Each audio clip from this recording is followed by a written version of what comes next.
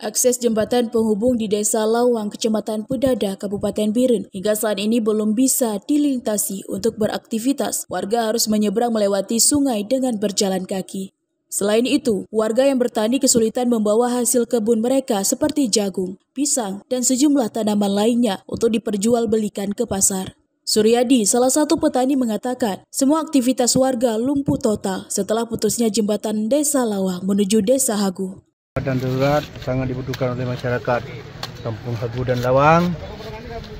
Untuk dilaluinya sebaiknya harus disegerakan. Karena saya lihat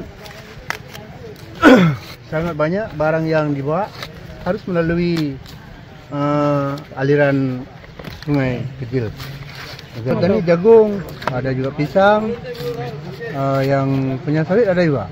Camat Pedada, Eri Seprinaldi, mengatakan untuk jembatan darurat pihaknya sudah berkoordinasi dengan Dinas Pekerjaan Umum Biren dan rencananya akan segera dibangun jembatan darurat dalam waktu dekat ini.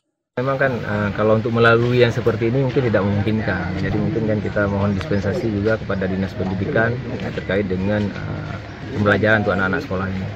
Kan kita mohon kan nggak mungkin anak-anak melewati tadi aja, kalau orang besar aja susah untuk melewati dari bawah. Tapi insya Allah kan hari Kamis tadi Dinas PU sudah berkomitmen, insya Allah hari Kamis sudah bisa dilewati.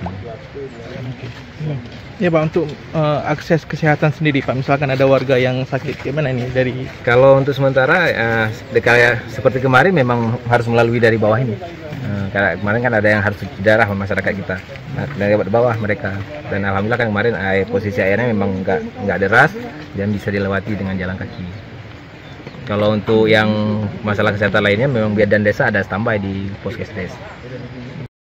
Warga berharap pemerintah daerah secepatnya membangun jembatan darurat dikarenakan jembatan ini satu-satunya akses penghubung antar desa. Dari Kabupaten Biren, Raisul Barid melaporkan untuk Puja TV.